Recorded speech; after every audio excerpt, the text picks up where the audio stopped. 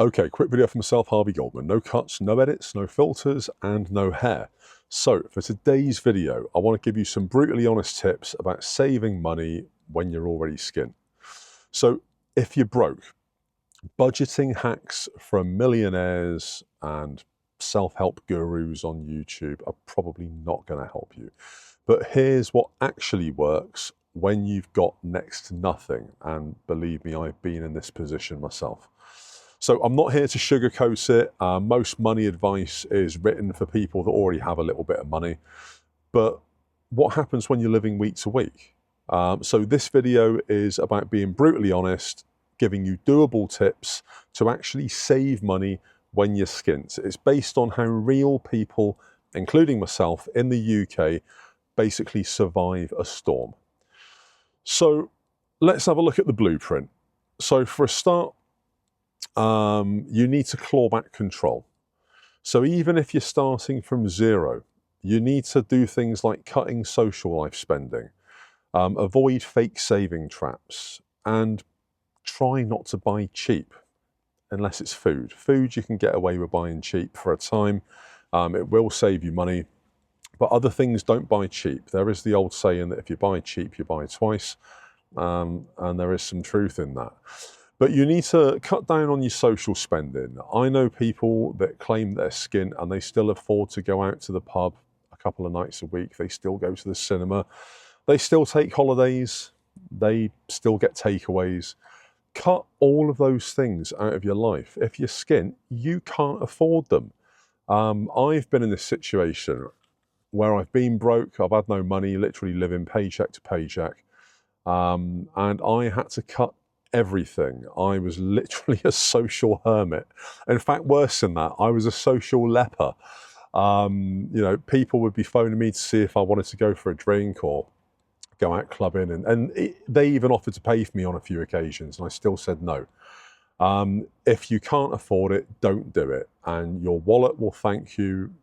You won't get into unnecessary debt, and also, if it's going out, you're not drinking or eating dead calories either.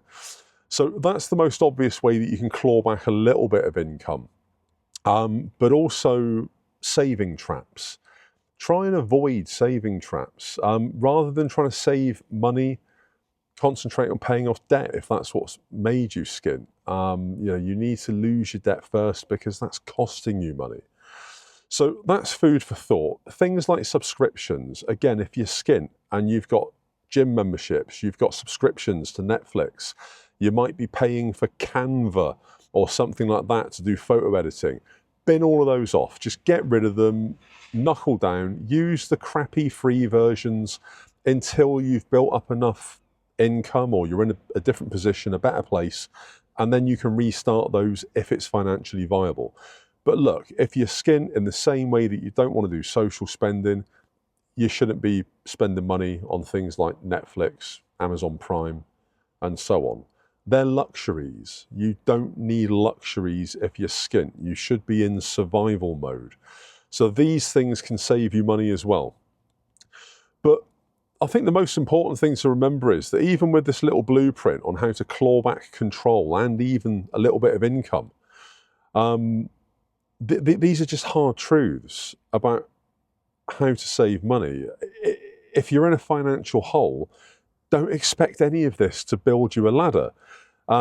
You need to build your own. You don't need a ladder, you need a stairway built out of bricks. You need to make it resolute and do it one hard life decision at a time.